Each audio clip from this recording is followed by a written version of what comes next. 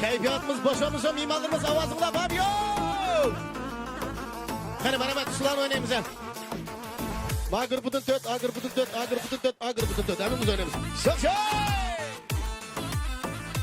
Şey ilaydı. İşte. Bu şehrin patlıcak önemli. Mimarlara keyfiyat yolu getirmiş. Şok şok.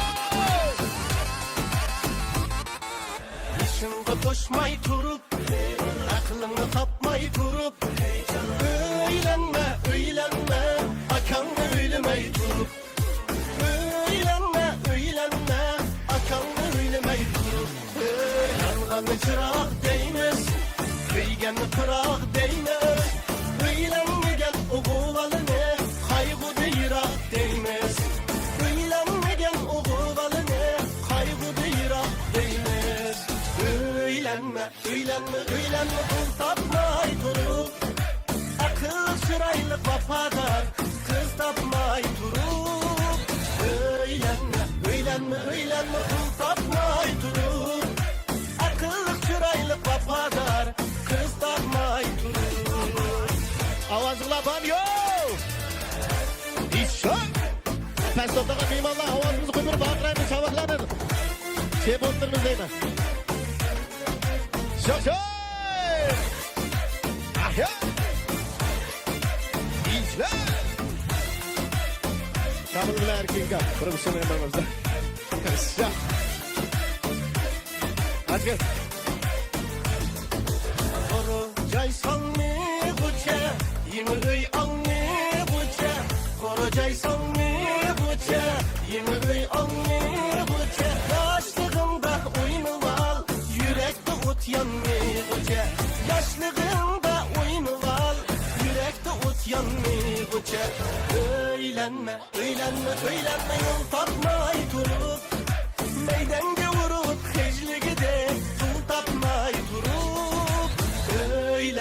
Öylenme, yol tapmay durup, meydenge vurup, hecligide tul tapmay durup. Şu oynatma mimarlar avazımla var yok. Şok şok! Ahya! İşte! Hay!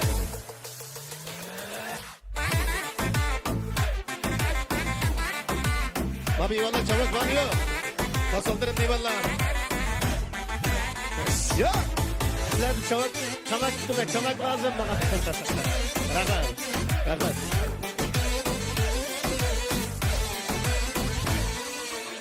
Ananı razı kılıp, könglandaki yarını ılıp, en muksi kıyılımı var, dost yarenge çay kılıp, verip gitme naz kılıp, fethezlikni az kılıp, yüz bolgıca öylensen toyunga. Hücmet kurban bardo, negme nava saz kılıp, hücmet kurban bardo, negme nava saz kılıp. Öylünü var, dadanı razı kılıp, şu çıraylık mihriban, ananı razı kılıp. Öylünü var, dadanı razı kılıp, şu çıraylık mihriban, ananı razı kılıp. Şu çıraylık mihriban, ananı razı kılıp. Teşekkür. Ruslan Bey'in mimarlarınız rahmet eylesin.